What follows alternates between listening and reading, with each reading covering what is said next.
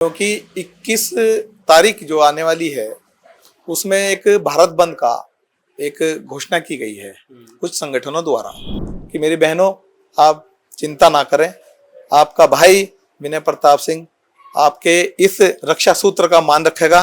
चंद्रशेखर रावण जो कि एक सांसद भी अभी हुए हैं, उनके द्वारा एक पोस्ट में बार बार देख रहा हूँ, वो बहुत ज्यादा उसको हाईलाइट किया जा रहा है। वह कह रहे हैं उस पोस्ट में कि हम किसी को बख्शेंगे नहीं। और मृतक आश्रित के लिए भी मैंने जो उनसे एक निवेदन किया है कि जितने हमारे कर्मचारी जो सेवाएं देते समय जो अपने कार्यकाल में मृत्यु हो चुकी है जिनकी, राधा रतूड़ी जी को एक मीटिंग के द्वारा, एक वार्ता के द्वारा उनसे मैंने इस बारे में आग्रह किया। मेरी जो आगामी जो मुख्यमंत्री धामी जी से जो बैठक होने वाली है उसमें जो हमारी नई नगर पंचायतें जो अभी हाल ही में जो बनी है, एक जो है निर्देश जारी हो जाएंगे, क्योंकि नियमितीकरण की मांगे बहुत दिनों से उठती चली आ रही थी। नियमितीकरण को लेकर अन्य संगठन काफी वर्षों से जो है इसके बारे में प्रयास कर रहे थे। सफाई से जो जुड़े हुए जो समाज है वह वाल्मीकि समाज है।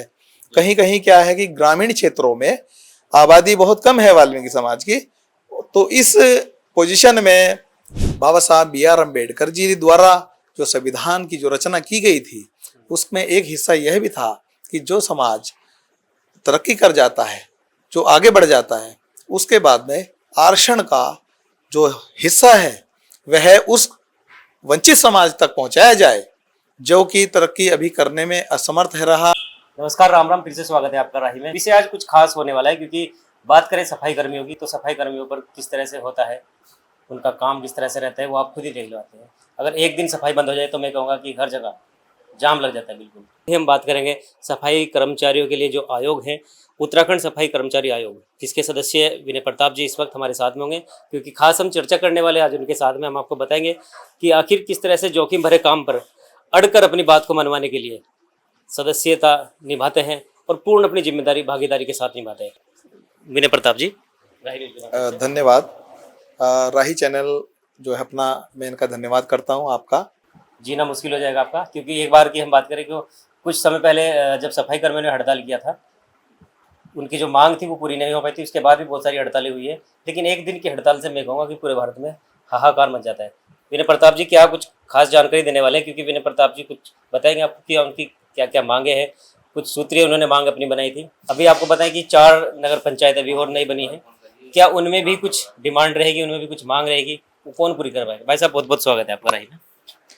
सबसे पहले मैं धन्यवाद करता हूँ राही न्यूज़ का कि आप मुझ तक पहुँचे और आपने मेरे जो विचार हैं या हमारी आपके जो चैनल से मेरी बात आगे जाने वाली है, मैं सबसे प्रथम मैं आपका धन्यवाद करता हूँ। और सबसे पहले क्योंकि कल रक्षाबंधन का त्यौहार है और रक्षाबंधन एक ऐसा त्यौहार है कि जो बहनों को समर्पित है। हमारी देश के अंदर माता बहनों का बहुत सम्मान होता है, तो माताओं बहनों के लिए हमारे मुख्यमंत्री पुष्कर सिंह धामी जी ने एक बहुत ही सुंदर और बहुत ही एक यादगार तोहफा जो कि दिया है। हमारे राज्य के सफाई कर्मचारी जितने भी हैं, जो लगभग 10 साल से पूर्व यहाँ पर सेवाएं दे रहे थे, सफाई के द्वारा अपने जो शहर को, अपने प्रदेश को सुंदर बनाने में उनका बहुत बड़ा योगदान रहा। चाहे वह कोरोना का काल हो, चाहे वह अन्य कोई भी विषम परिस्थिति हो, हमारे सफाई कर्मचारी सेवकों ने बहुत ही अपने जो है धैर्यपूर्वक और अपनी निष्ठा से कार्य किया, जिसका फलस्वरूप हमारे प्रदेश के मुख्यमंत्री, यशस्वी मुख्यमंत्री पुष्कर सिंह धामी जी ने सभी बहनों को एक तोहफे के रूप में रक्षाबंधन के एक त्योहार का एक तोहफा दिया है, जो कि आज जो 10 साल यानी कि जो 2014 से सफाई कर्मचारी हमारे कार्य कर रहे थे, उन्हीं सफाई कर्मचारियों को नियमितीकरण कराने हेतु हमारे पुष्कर सिंह धामी जी द्वारा एक घोषणा की गई है, जो कि आगामी कैबिनेट की बैठक में यह क्लियर हो जाएगा और सभी निकायों को एक जो है निर्देश जारी हो जाएंगे, क्योंकि नियमितीकरण की मांगे बहुत दिनों से उठती चली आ रही थी। नियमितीकरण को लेकर अन्य संगठन काफी वर्षों से जो है इसके बारे में प्रयास कर रहे थे कि कर्मचारियों का नियमितीकरण हो। और एक हमारे सफाई कर्मचारियों का एक संगठन है अखिल भारतीय सफाई मजदूर संघ, जिन्होंने 11 तारीख में 11 जुलाई को एक प्रेस कॉन्फ्रेंस करी थी और उसमें मुख्य रूप से मुझे वहां पर जो बुलाया था और उन्होंने एक मांग पत्र अपना मुझे प्रेषित किया था, जिसमें कि 14 सूत्री मांग का एक पत्र था जो कि उन्होंने मेरे द्वारा मुख्यमंत्री जी धामी जी को देने के लिए आग्रह किया था। तो उसमें सर्वप्रथम यही उनकी जो अपनी मांग रही कि हमारे जो पूर्व से कार्य सफाई कर्मचारी कर रहे हैं उनको नियमितीकरण करने हेतु उन्होंने मुझसे आग्रह किया था। इसी के फलस्वरूप मैंने लगभग अब से 24 तारीख को इस मंथ की जो पूर्व में चला गया, इसकी 24 तारीख को एक मैंने अपने मुख्य सचिव बहन राधा रतूड़ी जी को एक मीटिंग के द्वारा, एक वार्ता के द्वारा उनसे मैंने इस बारे में आग्रह किया और वह मांग पत्र के ऊपर अपना एक मांग जो कि मैंने उनसे निवेदन के रूप में कही कि कर्मचारियों को नियमितीकरण किया जाए, तो उसी के फलस्वरूप आज हमारे पुष्कर सिंह धामी जी ने हमारी बहन राधा रतूड़ी जी के प्रयास से और हमारी उत्तराखंड की सभी बहनों को एक सुंदर एक तोहफा उन्होंने दिया है कि जिसमें कि हमारे जो कर्मचारी जो कि 10 साल से पूर्व यहाँ पर सफाई कार्य में सेवाएं प्रदान कर रहे हैं उनके लिए उनको नियमितीकरण करने के लिए एक घोषणा की गई है, जो कि कल के अमर उजाला पेपर में घोषित है। तो यही आज की हमारी एक आज की वार्ता का विषय है, क्योंकि नियमितीकरण हुआ है, एक खुशी की बात है। तो बहनों की राखियों के साथ जो मिठाई एक खिलाई जाती है, तो मैं सभी बहनों और भाइयों को इस शुभकामनाएं देता हूं।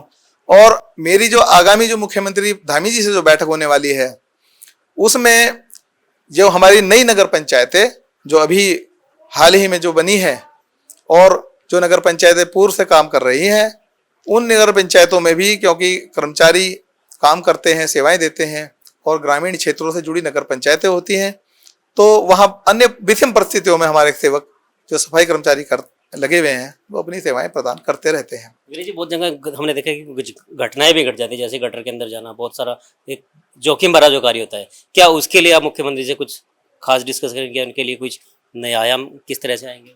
देखिए, मैंने बताया है आपको कि मैंने एक 14 सूत्री मांग का एक पत्र जो कि दिया था धामी जी हमारे मुख्यमंत्री के लिए, तो उसमें एक ये भी मांग मैंने उनमें रखी है कि 10 लाख रुपए का एक बीमा जो कि पूर्व में पहले होता था, अब कुछ समय से बंद है, तो अब उसको 10 लाख का बीमा भी कर्मचारियों को दिया जाएगा ताकि उनको आगे के लिए सुरक्षा और उनका स्वास्थ्य का जो है जिनसे उनको लाभ पहुंचेगा। और मृतक आश्रित के लिए भी मैंने जो उनसे एक निवेदन किया है कि जितने हमारे कर्मचारी जो सेवाएं देते समय जो अपने कार्यकाल में मृत्यु हो चुकी है जिनकी, तो उनको भी उसका मृतक आश्रित की उनकी नौकरियां उनको मिलेंगी। ऐसा मैंने एक पत्र में के द्वारा धामी जी से एक मांग की है। साथ ही जो नगर पंचायतें हैं उनमें 6 साल से जो पूर्व काम कर रहे हैं उन कर्मचारियों को भी मैं नियमितीकरण हेतु एक आग्रह जो कि मुख्यमंत्री से बैठक में करूंगा। अभी जैसे नगर पंचायत नहीं बनने जा रही है, 4 नगर पंचायतें बन रही हैं, क्या उसके अंदर बाहर के भी लोगों को इनवाइट कर सकते हैं ये लोग? क्योंकि बहुत जगह हमने देखा है कि दूसरे क्षेत्र के व्यक्ति को इस क्षेत्र में जाकर नौकरी दे पाते थे। देखिए, ऐसा है कि नगर पंचायतें क्या है कि ग्रामीण क्षेत्रों का एक हिस्सा होती हैं और नगर पंचायतों में ज़्यादातर सफाई से जो जुड़े हुए जो समाज है वह वाल्मीकि समाज है। कहीं कहीं क्या है कि ग्रामीण क्षेत्रों में आबादी बहुत कम है वाल्मीकि समाज की, तो इस पोजीशन में इस वजह से क्या होता है कि अगर पर्याप्त सेवक हमें नहीं मिल पाते हैं सफाई कर्मचारी हेतु, तो वह दूसरे ग्रामीण से भी और क्षेत्रों से भी वह आते हैं। जैसे कि हमारा ग्राम इमली खेड़ा है और भगवानपुर क्षेत्र में लगता है इमली खेड़ा, तो वहाँ पर जब मैंने अपनी एक भ्रमण के दौरान मैंने देखा है कि वहाँ सफाई कर्मचारियों की क्षेत्रीय संख्या कम होने के कारण रुड़की या अन्य आसपास के गाँव से भी लोग वहाँ पर सेवाएं दे रहे हैं। लेकिन कहीं हमने देखा है कि जो अलग बिरादरी से यानी अदर कास्ट से है वो भी इसमें अपनी योग्यता निभा रहे हैं। देखिए, अदर समाज से सबका स्वागत है। कार्य कोई ऐसा नहीं है कि किसी एक ही समाज के लिए जो है बना है। सेवाएं हैं जो स्वेच्छा से अपने दिल से सेवा करना चाहता है। जैसे कि मैं कहता हूँ फ्रंट पे जो आकर काम करते हैं डिपार्टमेंट, जैसे कि हमारी सेना है, पुलिस बल है, इसी प्रकार से हमारे सफाई कर्मचारी भी हैं। तो यह भी कार्य काफी जोखिम भरा और नहीं सर, मेरा मतलब ये था तात्पर्य कहने का कि वो केवल कागजों में है, हालांकि काम वहाँ पे कोई और करता है। ऐसी बहुत जगह है। नहीं, ऐसी क्या कोई उनके खिलाफ कोई कार्रवाई भी हो सकती है? ऐसी मुझे अभी तक कोई सूचना नहीं मिली है। यदि मुझे किसी के द्वारा, कोई विभाग के द्वारा कोई सूचना मिलती है या कर्मचारी के द्वारा, तो मैं उस पर तत्काल इस पर मैं जवाब नगर पंचायतों से जरूर लूंगा। अखिल भारतीय सफाई कर्मचारी बहुत समय से यहाँ पे लंबी चौड़ी लड़ाइयाँ भी लड़ते हैं, धरने पर ये बैठ जाते हैं, इनके लिए आप क्या कहेंगे? देखिए, धरना या प्रदर्शन किसी समस्या का हल नहीं है। धरना प्रदर्शन एक ऐसी एक आवाज होती है कि जब कर्मचारी का कोई सुख दुख की सुध लेने वाला रहा नहीं होते, वहां पर धरने और प्रदर्शन की आवश्यकता पड़ती है। परंतु मैं ये कहना चाहता हूं आपके चैनल के माध्यम से कि जब तक, जैसा कि मैंने अभी 14 मार्च को अपना पदभार कार्य संभाला है, और उसके बाद में क्या हुआ कि 16 तारीख से मार्च की आचार संहिता यहाँ प्रदेश में लागू हो गई थी, क्योंकि चुनाव थे। तो लगभग 1.5 महीना 2 महीना ये चुनाव की एक प्रक्रिया होती है जो आचार संहिता की, इस बीच में सरकारी कोई काम नहीं होता। परंतु मैंने जैसे ही आचार संहिता का पूरा काल हो जाता है, उसके तुरंत बाद ही मैंने अपना एक भ्रमण का कार्यक्रम यहाँ पर लेना शुरू कर दिया है, जिसमें कि मैं अभी तक जो है लगभग आप ये मानिए 3 नगर पंचायतें निगम को छोड़कर, 2 नगर पंचायतें, एक तो मंगलौर और यह है पाडली गुज्जर, इसको छोड़कर, और अपना रुड़की का नगर निगम की मेरी 22 तारीख में, ये जो आने वाली 22 तारीख है, इसमें मेरी एक भ्रमण का एक कार्यक्रम है, जिसमें मैं भ्रमण के दौरान कर्मचारियों और अधिकारियों से परिचय, एक बैठक होती है। और जिस तरीके से पहले पूर्व में होता था कि सरकार के द्वार जनता, जैसे क्या बोलते थे ना, जनता सरकार के द्वार, लेकिन अब हमारे पुष्कर सिंह धामी जी द्वारा जो एक अभियान, एक जो हमें दिशा निर्देश है हमारा, जो उन्होंने मार्गदर्शन करा है, तो उसके द्वारा ऐसा होता है, उसके द्वारा कि अब सरकार जनता के द्वार है।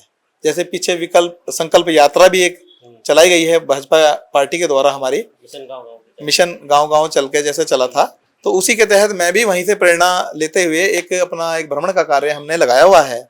और इसको हम बहुत तेजी से, अभी डिस्ट्रिक्ट हरिद्वार में हमने 14 निकायों में हमने पूरा भ्रमण करना है, जो कि इस महीने पूरा हो जाएगा। इसके बाद जहाँ जहाँ और भी हमें समस्याओं के बारे में पता लगता रहेगा, उसको हम जो जाकर वहाँ समस्याओं का निवारण करते रहेंगे। और धरने व प्रदर्शन को हम विश्वास नहीं रखते, और कर्मचारियों से भी मेरा यही कहना है कि आप धरने प्रदर्शन तब करें यदि आपकी कोई बात सुनने वाला ना हो। आपकी बात सुनने के लिए मैं आयोग से विनय प्रताप सिंह, आपका भाई, खड़ा हुआ हूँ आपके सामने, आपकी माताएं बहनों का भाई, भाइयों का भाई। आपके लिए सेवा के लिए मुझे जो अवसर प्रदान हुआ है, मैं आपके लिए तत्काल कुछ न कुछ मैं आवाजें उठाता रहूंगा, और आपकी बातों को, आपकी समस्याओं को निवारण के लिए मैं अपनी सरकार से आग्रह करता रहूंगा। और अगर कोई इस बारे में कोई राजनीति कोई करता है, तो मैं इसका ऐसी जो लालच की राजनीति का विरोध करता हूं, और ये समझाने का प्रयास करता हूं सभी कर्मचारियों को, आप एकजुट होकर के सरकार के कार्य में सहयोग करें और उनसे सहयोग की भावना रखें। क्योंकि अगर आप सहयोग करते हैं जैसे करते आ रहे हैं, तो आपका भी सहयोग के लिए धामी सरकार बहुत चिंतित है। वह चाहती है, गवर्नमेंट हमारी उत्तराखंड की और केंद्र की, कि हमारे सफाई कर्मचारी जो कि हमें सेवाएं देते हैं, उनका भला हो, उनका कभी भी अहित ना हो। और इसी का एक प्रमाण ये है कि अभी नियमितीकरण का एक घोषणा हमारी सरकार द्वारा की गई है। मैं सरकार का पूरे दिल से धन्यवाद करता हूं, क्योंकि उन्होंने मेरे एक छोटे से आग्रह से उन्होंने मुझे एक अवसर ऐसा प्रदान किया कि मैं सरकार की जो नीति है इसको आम जनता तक लेके जाऊंगा। और सभी निकायों में कार्यरत या निगम में कार्यरत सफाई कर्मचारी, इनसे सबसे एक बार पुनः मिलकर धामी जी का धन्यवाद करता हूं, और सेवा करने वालों का भी धन्यवाद करता हूं।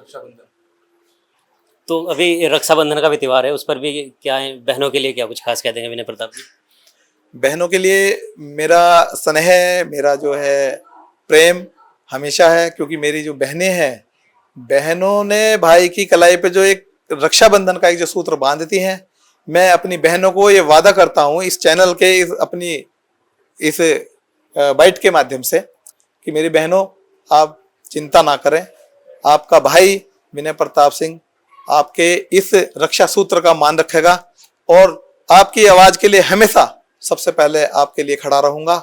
और इस चैनल के माध्यम से आपके द्वारा मैं एक जानकारी और आपको बता दूं, क्योंकि 21 तारीख जो आने वाली है, उसमें एक भारत बंद का एक घोषणा की गई है कुछ संगठनों द्वारा।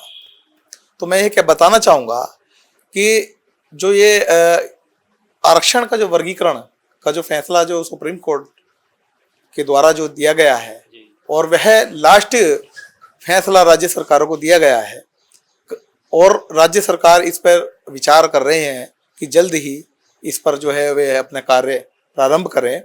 और कल हरिद्वार में ऋषिकुल मैदान में एकत्रित होकर कुछ संगठनों ने वाल्मीकि समाज के इसका एक कुछ सूत्रीय मांगों का, अपना आरक्षण का वर्गीकरण के समर्थन में एक ज्ञापन पेश किया है। मुझे जानकारी लगी है चैनल के माध्यम से।